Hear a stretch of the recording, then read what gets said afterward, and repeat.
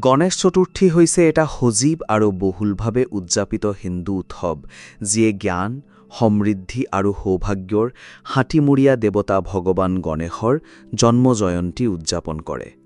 10 দিন ধৰি চলা এই উৎসৱ সাধাৰণতে আগষ্ট বা ছেপ্টেম্বৰ মাহত পৰে।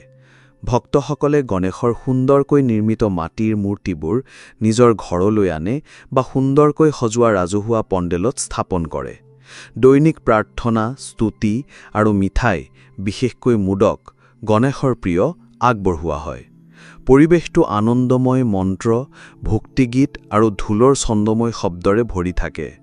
এই উৎসৱ অনন্ত চতুৰ্দশীত শেষ হয়, যেতিয়া মূৰ্তিবোৰ নদী, হ্ৰদ বা সাগৰৰ দৰে জলাশয়ত বিসৰ্জন কৰা হয়, যি গণেশৰ স্বৰ্গীয় বাসস্থানলৈ প্ৰত্যাৱৰ্তন আৰু ভক্তসকলৰ দুৰ্ভাগ্য দূৰ কৰাৰ প্ৰতীক। এই বিশাল শোভাযাত্ৰা দৰ্শনীয় হয়, যি অপৰিসীম ভক্তি আৰু উৎসাহৰে পৰিপূৰ্ণ। গণেশ চতুৰ্থীক বিশ্বাস আৰু সম্প্ৰদায়ৰ এক সঁচাকৈয়ে এক সুন্দৰ উদযাপন কৰি তোলে।